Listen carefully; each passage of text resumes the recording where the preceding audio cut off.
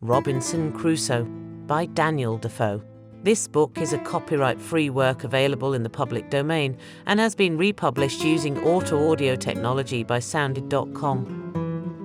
Narrated by Gill with TrueVoice, a digital replica license with consent exclusively to Sounded.com. By using TrueVoice, the voice artist is paid royalties for the work on each sale. For more information about ethical voice replication, please visit voices.sounded.com. Chapter 1. Start in life. I was born in the year 1632 in the city of York, of a good family, though not of that country, my father being a foreigner of Bremen who settled first at Hull. He got a good estate by merchandise, and leaving off his trade, lived afterwards at York, from whence he had married my mother, whose relations were named Robinson, a very good family in that country, and from whom I was called Robinson Crusoe. But, by the usual corruption of words in England, we are now called, nay, we call ourselves, and write our name Crusoe, and so my companions always called me. I had 2 elder brothers, one of whom was lieutenant colonel to an English regiment of foot in Flanders, formerly commanded by the famous Colonel Lockhart, and was killed at the battle near Dunkirk against the Spaniards. What became of my second brother I never knew, any more than my father or mother knew what became of me. Being the 3rd son of the family, and not bred to any trade, my head began to be filled very early with rambling thoughts. My father, who was very ancient, had given me a competent share of learning as far as house education and a country free school generally go, and designed me for the law, but I would be satisfied with nothing but going to sea. And my inclination to this led me so strongly against the will, nay, the commands of my father, and against all the entreaties and persuasions of my mother and other friends, that there seemed to be something fatal in that propensity of nature tending directly to the life of misery which was to befall me. My father, a wise and grave man, gave me serious and excellent counsel against what he foresaw was my design. He called me one morning into his chamber, where he was confined by the gout, and expostulated very warmly with me upon this subject. He asked me what reasons, more than a mere wandering inclination, I had for leaving father's house and my native country, where I might be well introduced, and had a prospect of raising my fortune by application and industry, with a life of ease and pleasure. He told me it was men of desperate fortunes on one hand, or of aspiring, superior fortunes on the other, who went abroad upon adventures, to rise by enterprise, and make themselves famous in undertakings of a nature out of the common road. That these things were all either too far above me or too far below me. That mine was the middle state, or what might be called the upper station of low life, which he had found, by long experience, was the best state in the world, the most suited to human happiness, not exposed to the miseries and hardships, the labour and sufferings of the mechanic part of mankind, and not embarrassed with the pride, luxury, ambition, and envy of the upper part of mankind. He told me I might judge of the happiness of this state by this one thing, viz., that this was the state of life which all other people envied. That kings have frequently lamented the miserable consequence of being born to great things, and wished they had been placed in the middle of the 2 extremes, between the mean and the great, that the wise man gave his testimony to this, as the standard of felicity, when he prayed to have neither poverty nor riches. He bade me observe it, and I should always find that the calamities of life were shared among the upper and lower part of mankind, but that the middle station had the fewest disasters, and was not exposed to so many vicissitudes as the higher or lower part of mankind. Nay, they were not subjected to so many distempers and uneasinesses, either of body or mind, as those were who, by vicious living, luxury, and extravagances on the one hand, or by hard labour, want of necessaries, and mean or insufficient diet on the other hand, bring distemper upon themselves by the natural consequences of their way of living. That the middle station of life was calculated for all kind of virtue and all kind of enjoyments. That peace and plenty were the handmaids of a middle fortune, that temperance, moderation, quietness, health, society, all agreeable diversions, and all desirable pleasures were the blessings attending the middle station of life.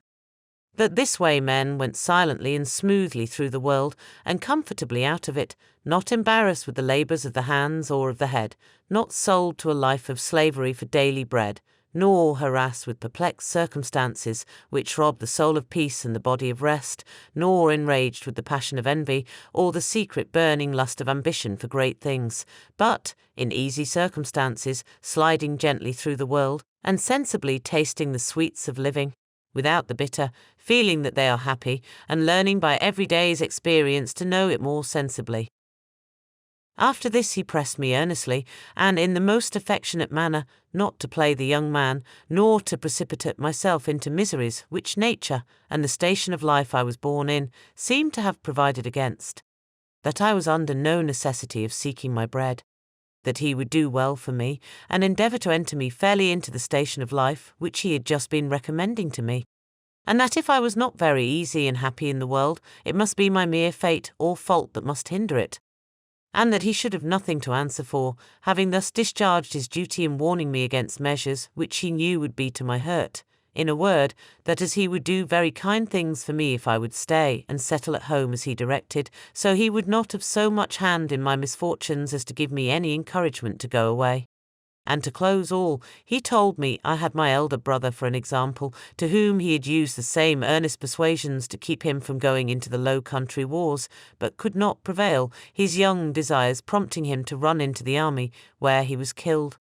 And though he said he would not cease to pray for me, yet he would venture to say to me that if I did take this foolish step, God would not bless me, and I should have leisure hereafter to reflect upon having neglected his counsel when there might be none to assist in my recovery. I observed in this last part of his discourse, which was truly prophetic, though I suppose my father did not know it to be so himself, I observed the tears run down his face very plentifully, especially when he spoke of my brother who was killed, and that when he spoke of my having leisure to repent, and none to assist me, he was so moved that he broke off the discourse, and told me his heart was so full he could say no more to me. I was sincerely affected with this discourse, and, indeed, who could be otherwise? And I resolved not to think of going abroad any more, but to settle at home according to my father's desire. But alas! A few days wore it all off, and, in short, to prevent any of my father's further importunities, in a few weeks after I resolved to run quite away from him. However, I did not act quite so hastily as the first heat of my resolution prompted, but I took my mother at a time when I thought her a little more pleasant than ordinary, and told her that my thoughts were so entirely bent upon seeing the world that I should never settle to anything with resolution enough to go through with it, and my father had better give me his consent than force me to go without it. That I was now 18 years old, which was too late to go apprentice to a trade or clerk to an attorney, that I was sure if I did I should never serve out my time, but I should certainly run away from my master before my time was out, and go to sea, and if she would speak to my father to let me go one voyage abroad, if I came home again, and did not like it, I would go no more, and I would promise, by a double diligence, to recover the time that I had lost. This put my mother into a great passion. She told me she knew it would be to no purpose to speak to my father upon any such subject, that he knew too well what was my interest to give his consent to anything so much for my hurt, and that she wondered how I could think of any such thing after the discourse I had had with my father, and such kind and tender expressions as she knew my father had used to me. And that, in short, if I would ruin myself, there was no help for me, but I might depend I should never have their consent to it, that for her part she would not have so much hand in my destruction, and I should never have it to say that my mother was willing when my father was not. Though my mother refused to move it to my father, yet I heard afterwards that she reported all the discourse to him, and that my father, after showing a great concern at it, said to her, with a sigh, that boy might be happy if he would stay at home, but if he goes abroad, he will be the most miserable wretch that ever was born. I can give no consent to it.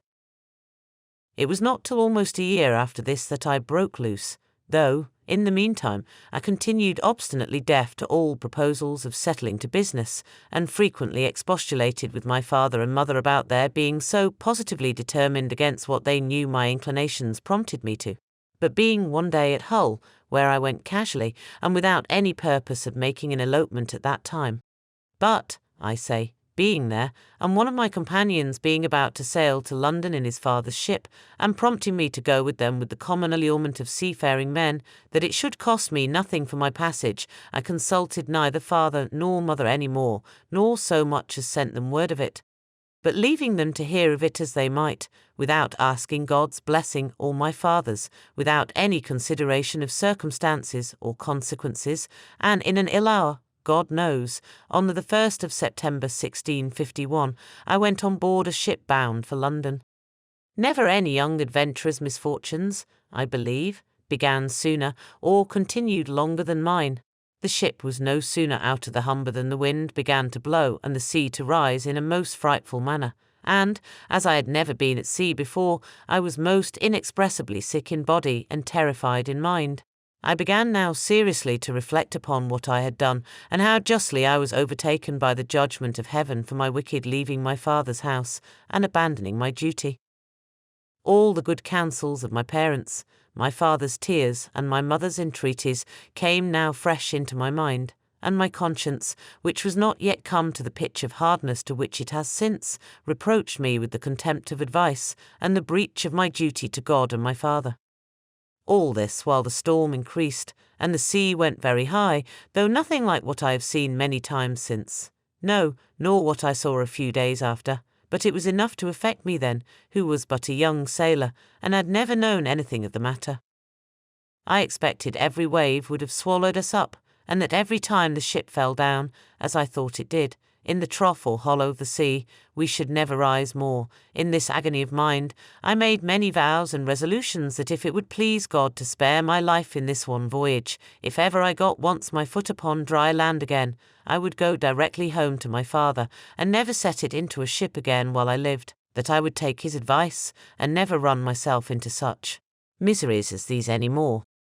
Now I saw plainly the goodness of his observations about the middle station of life, how easy, how comfortably he had lived all his days, and never had been exposed to tempests at sea or troubles on shore, and I resolved that I would, like a true repenting prodigal, go home to my father. These wise and sober thoughts continued all the while the storm lasted, and indeed some time after, but the next day the wind was abated, and the sea calmer, and I began to be a little inured to it. However, I was very grave for all that day, being also a little seasick still, but towards night the weather cleared up, the wind was quite over, and a charming fine evening followed. The sun went down perfectly clear, and rose so the next morning, and having little or no wind, and a smooth sea, the sun shining upon it, the sight was, as I thought, the most delightful that ever I saw. I had slept well in the night, and was now no more seasick, but very cheerful, looking with wonder upon the sea that was so rough and terrible the day before, and could be so calm and so pleasant in so little a time after. And now, lest my good resolutions should continue, my companion, who had enticed me away, comes to me. "Well, Bob," says he, clapping me upon the shoulder, "how do you do after it? I warrant you were frighted, weren't you, last night, when it blew but a capful of wind." "A capful, d'you call it?" said I. "'Twas a terrible storm." "A storm, you fool you," replies he. "Do you call that a storm? Why, it was nothing at all. Give us but a good ship and sea room, and we think nothing of such a squall of wind as that. But you're but a freshwater sailor, Bob. Come, let us make a bowl of punch, and we'll forget all that. D'ye see what charming weather 'tis now?" To make short this sad part of my story, we went the way of all sailors. The punch was made, and I was made half drunk with it, and in that one night's wickedness I drowned all my repentance, all my reflections upon my past conduct, all my resolutions for the future. In a word, as the sea was returned to its smoothness of surface and settled calmness by the abatement of that storm, so the hurry of my thoughts being over, my fears and apprehensions of being swallowed up by the sea being forgotten, and the current of my former desires returned, I entirely forgot the vows and promises that I made in my distress.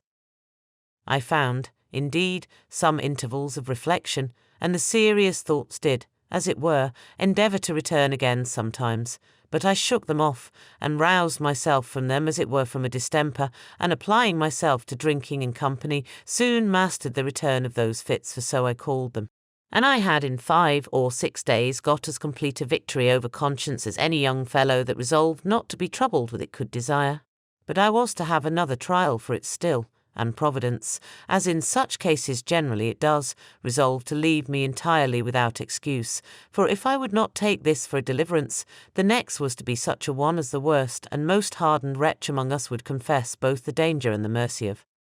The 6th day of our being at sea, we came into Yarmouth roads. The wind having been contrary and the weather calm, we had made but little way since the storm. Here we were obliged to come to an anchor, and here we lay, the wind continuing contrary, viz. At southwest for 7 or 8 days, during which time a great many ships from Newcastle came into the same roads as the common harbour where the ships might wait for a wind for the river. We had not, however, rid here so long, but we should have tided it up the river, but that the wind blew too fresh, and after we had lain 4 or 5 days, blew very hard. However, the roads being reckoned as good as a harbour, the anchorage good, and our ground tackle very strong, our men were unconcerned, and not in the least apprehensive of danger, but spent the time in rest and mirth, after the manner of the sea. But the 8th day, in the morning, the wind increased, and we had all hands at work to strike our topmasts, and make everything snug and close, that the ship might ride as easy as possible. By noon the sea went very high indeed, and our ship rode forecastle in, shipped several seas, and we thought once or twice our anchor had come home, upon which our master ordered out the sheet anchor, so that we rode with 2 anchors ahead, and the cables veered out to the bitter end. By this time it blew a terrible storm indeed, and now I began to see terror and amazement in the faces even of the seamen themselves. The master, though vigilant in the business of preserving the ship, yet as he went in and out of his cabin by me, I could hear him softly to himself say several times, "Lord, be merciful to us. We shall be all lost. We shall be all undone," and the like. During these first hurries I was stupid, lying still in my cabin, which was in the steerage, and cannot describe my temper. I could ill resume the first penitence which I had so apparently trampled upon and hardened myself against. I thought the bitterness of death had been past, and that this would be nothing like the first. But when the master himself came by me, as I said just now, and said we should be all lost, I was dreadfully frighted.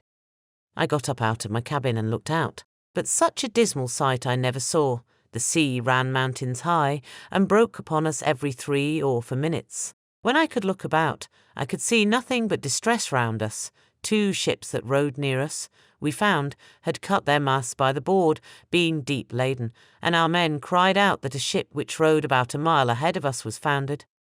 2 more ships, being driven from their anchors, were run out of the roads to sea, at all adventures, and that with not a mast standing. The light ships fared the best, as not so much labouring in the sea, but 2 or 3 of them drove, and came close by us, running away with only their spritsail out before the wind.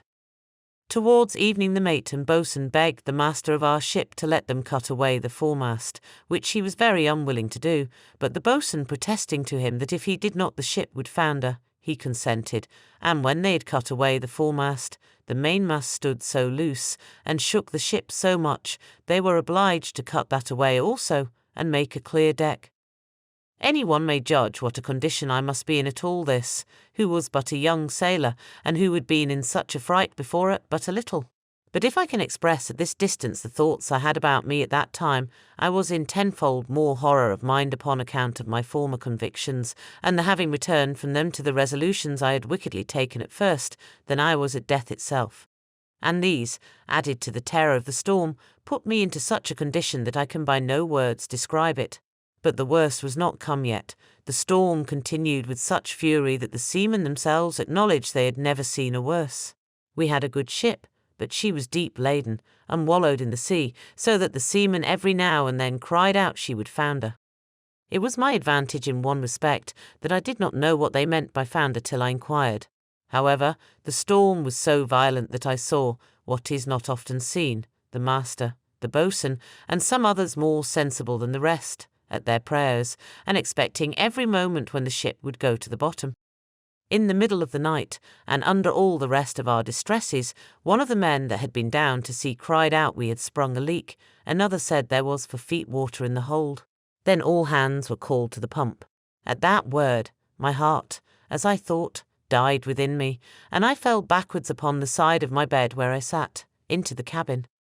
However, the men roused me, and told me that I, that was able to do nothing before, was as well able to pump as another, at which I stirred up and went to the pump, and worked very heartily. While this was doing, the master, seeing some light colliers, who, not able to ride out the storm, were obliged to slip and run away to sea, and would come near us, ordered to fire a gun as a signal of distress. I, who knew nothing what they meant, thought the ship had broken, or some dreadful thing happened. In a word, I was so surprised that I fell down in a swoon. As this was a time when everybody had his own life to think of, nobody minded me, or what was become of me, but another man stepped up to the pump, and thrusting me aside with his foot, let me lie, thinking I had been dead, and it was a great while before I came to myself. We worked on, but the water increasing in the hold, it was apparent that the ship would founder, and though the storm began to abate a little, yet it was not possible she could swim till we might run into any port, so the master continued firing guns for help, and a light ship, who had rid it out just ahead of us, ventured a boat out to help us. It was with the utmost hazard the boat came near us, but it was impossible for us to get on board, or for the boat to lie near the ship's side, till at last the men, rowing very heartily, and venturing their lives to save ours, our men cast them a rope over the stern with a buoy to it, and then veered it out a great length, which they, after much labour and hazard, took hold of, and we hauled them close under our stern, and got all into their boat. It was to no purpose for them or us, after we were in the boat, to think of reaching their own ship. So all agreed to let her drive, and only to pull her in towards shore as much as we could, and our master promised them that if the boat was staved upon shore, he would make it good to their master. So partly rowing and partly driving, our boat went away to the northward, sloping towards the shore almost as far as Winterton Ness. We were not much more than a quarter of an hour out of our ship till we saw her sink, and then I understood for the first time what was meant by a ship foundering in the sea. I must acknowledge I had hardly eyes to look up when the seamen told me she was sinking, for from the moment that they rather put me into the boat than that I might be said to go in, my heart was, as it were, dead within me, partly with fright, partly with horror of mind, and the thoughts of what was yet before me. While we were in this condition, the men yet labouring at the oar to bring the boat near the shore we could see, when, our boat mounting the waves, we were able to see the shore, a great many people running along the strand to assist us when we should come near, but we made but slow way towards the shore, nor were we able to reach the shore till, being past the lighthouse at Winterton, the shore falls off to the westward towards Cromer, and so the land broke off a little the violence of the wind. Here we got in, and though not without much difficulty, got all safe on shore, and walked afterwards on foot to Yarmouth, where, as unfortunate men, we were used with great humanity, as well by the magistrates of the town, who assigned us good quarters, as by particular merchants and owners of ships, and had money given us sufficient to carry us either to London or back to Hull as we thought fit. Had I now had the sense to have gone back to Hull, and have gone home, I had been happy, and my father, as in our blessed Saviour's parable, had even killed the fatted calf for me, for hearing the ship I went away and was cast away in Yarmouth roads, it was a great while before he had any assurances that I was not drowned. But my ill fate pushed me on now with an obstinacy that nothing could resist, and though I had several times loud calls from my reason and my more composed judgment to go home, yet I had no power to do it. I know not what to call this, nor will I urge that it is a secret overruling decree that hurries us on to be the instruments of our own destruction, even though it be before us, and that we rush upon it with our eyes open. Certainly, nothing but some such decreed unavoidable misery, which it was impossible for me to escape, could have pushed me forward against the calm reasonings and persuasions of my most retired thoughts, and against two such visible instructions as I had met with in my first attempt. My comrade, who had helped to harden me before, and who was the master's son, was now less forward than I. The first time he spoke to me after we were at Yarmouth, which was not till 2 or 3 days, for we were separated in the town to several quarters, I say, the first time he saw me, it appeared his tone was altered, and, looking very melancholy, and shaking his head, he asked me how I did, and telling his father who I was, and how I had come this voyage only for a trial, in order to go further abroad, his father, turning to me with a very grave and concerned tone, "Young man," says he, "you ought never to go to sea any more. You ought to take this for a plain and visible token that you are not to be a seafaring man." "Why, sir," said I, "will you go to sea no more?" "That is another case," said he. "It is my calling, and therefore my duty, but as you made this voyage on trial, you see what a taste heaven has given you of what you are to expect if you persist. Perhaps this has all befallen us on your account, like Jonah in the ship of Tarshish. Pray," continues he, "what were you, and on what account did you go to sea?" Upon that I told him some of my story, at the end of which he burst out into a strange kind of passion. "What had I done," says he, "that such an unhappy wretch should come into my ship? I would not set my foot in the same ship with thee again for £1,000. This indeed was, as I said, an excursion of his spirits, which were yet agitated by the sense of his loss, and was farther than he could have authority to go. However, he afterwards talked very gravely to me, exhorting me to go back to my father, and not tempt Providence to my ruin, telling me I might see a visible hand of heaven against me. And, young man, said he, depend upon it, if you do not go back, wherever you go, you will meet with nothing but disasters and disappointments, till your father's words are fulfilled upon you. We parted soon after, for I made him little answer, and I saw him no more, which way he went I knew not. As for me, having some money in my pocket, I travelled to London by land, and there, as well as on the road, had many struggles with myself what course of life I should take, and whether I should go home or to sea. As to going home, shame opposed the best motions that offered to my thoughts, and it immediately occurred to me how I should be laughed at among the neighbours, and should be ashamed to see, not my father and mother only, but even everybody else, from whence I have since often observed how incongruous and irrational the common temper of mankind is, especially of youth, to that reason which ought to guide them in such cases, viz., that they are not ashamed to sin, and yet are ashamed to repent, not ashamed of the action for which they ought justly to be esteemed fools, but are ashamed of the returning, which only can make them be esteemed wise men.